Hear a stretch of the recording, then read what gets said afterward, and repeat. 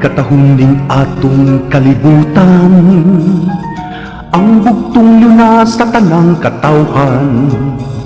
Madanihon ug maanyag ang mga gasa gikan sa kahitasan. Galmunta kinig pagkaampingan ang mga hiyas ning atong kalibutan. Ipaambit ta kining tanan sa umaabot na kabataan, sama sa pagpaambit sa atong ginikanan. Awabot ta ang tanan, mga katawan, sa pagpatunghay sa bahanding kinaiyahan. Atong himuon sa kanunay ang kalibutan, manindot pagapuy-an. Magtambayayong tang tanan sa pagsaguban, sa suliran ning atong katilingban. Ug pagasugdan ta karon ang pag-alima sa langit nga nasamdan. Kung dili karon kanus apaman, kung dili kita kinsa paman, ang mag-amuma ug maghatag ug pagtagat sa kinaiyahan.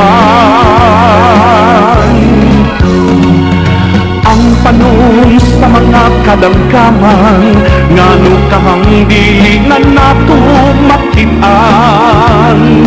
May wanang pa ba ang ilang pugaran? Di ba ilahamansap ang kalibutan?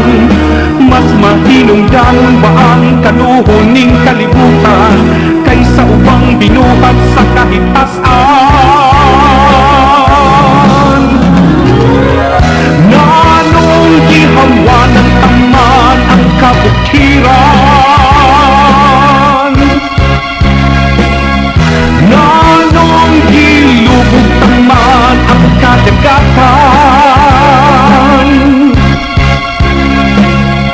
Nanong gihilo ang taman ang kahanginan?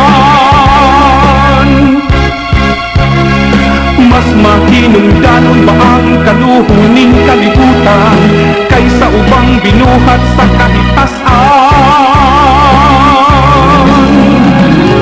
Ganun ta kinig pagkaangtingan ang mga hiyas ning atong kalibutan.